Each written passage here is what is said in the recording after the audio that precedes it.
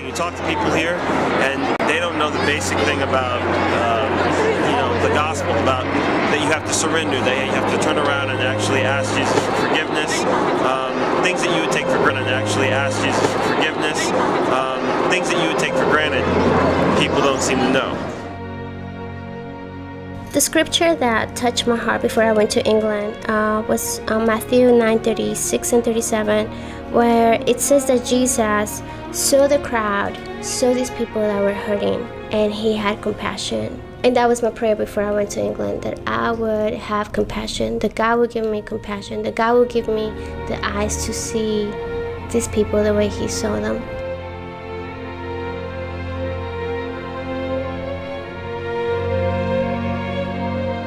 It was a young man named Stuart, homeless in the streets. What happened was I began to share Jesus Christ with him. During the conversation, he understood that Jesus Christ loved him, and I led him actually in the sinner's prayer.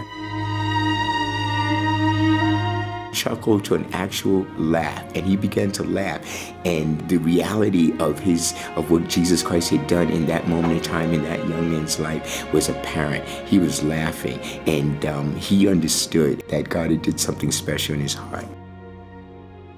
God magnified a lot of things in my life, personal things, and just when it comes to fear, all kind of fears that I never even knew I had. Fear of speaking in front of people, fear of people in general, fear of witnessing, fear of sharing, and I had just had fears, and God was just showing me to hold on to Scripture, and God showed himself faithful. There were times he wanted to go and just die. I was able to ask him if we could pray, and we got to pray with him and leave him my Bible, and he was just so touched.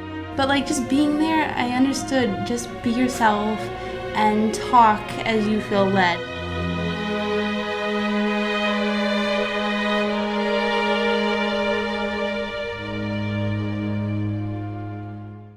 We were supposed to be sleeping on the floor of a church. When we got there, we were informed that we were going to be having host families. It's not like anything I've ever experienced. We had a husband and a wife, Andrew and Avril. They were like our mom and our dad. Every morning, Avril would come out and wave us off in our yellow bus. I saw this as a restoration for me, especially for the sense of family. It was just a house of love. It was a house of Jesus everywhere you turned.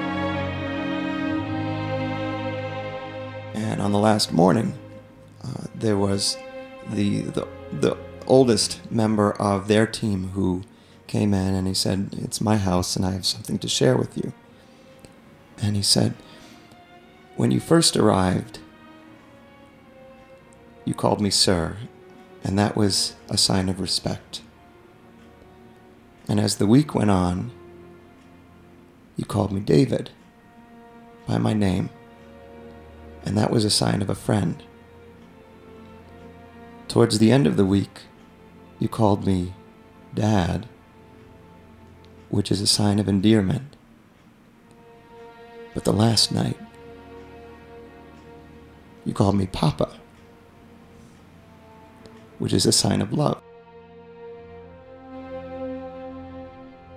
And just that was an indication of how God touched not only our team, but he worked through this group of people from the United States to warm the hearts of people in England who just needed support and encouragement.